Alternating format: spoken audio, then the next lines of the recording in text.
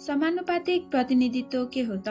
देशका सबै वर्ग जातिहरूको संख्याको आधारमा राज्य संरचनाको सबै तहमा सहभागी हुन पाउने व्यवस्थालाई समानुपातिक प्रतिनिधित्व भनिन्छ।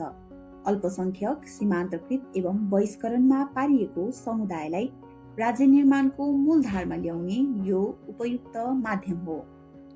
यो किन महत्त्वपूर्ण छ?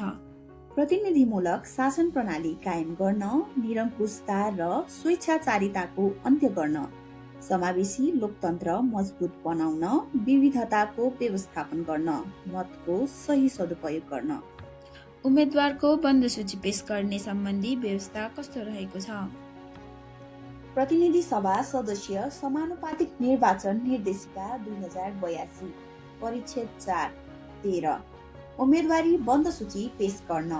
3 उपदफा 1 बमोजिम क दलित, आदिवासी, जनजाति, खस, आर्य, मधेसी, थारू र मुस्लिमको जनसङ्ख्याको प्रतिशतको आधारमा देहाई बमोजिम प्रतिनिधित्व हुने गरी उम्मेदवारीको नाम समावेश गर्नुपर्ने।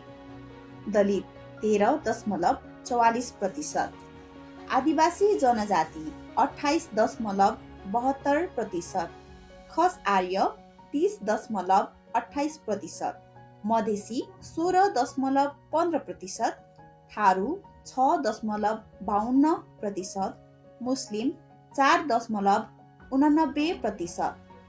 ख प्रत्येक समावेशी समूहबाट कम्तीमा 50% महिलाको नाम समावेश गर्नुपर्ने। घ खण्ड क र ख बमोजिम उम्मेदवारको नाम सूचीकृत गर्दा अपाङ्गता भएका व्यक्तिको नाम समेत समावेश गर्नुपर्ने।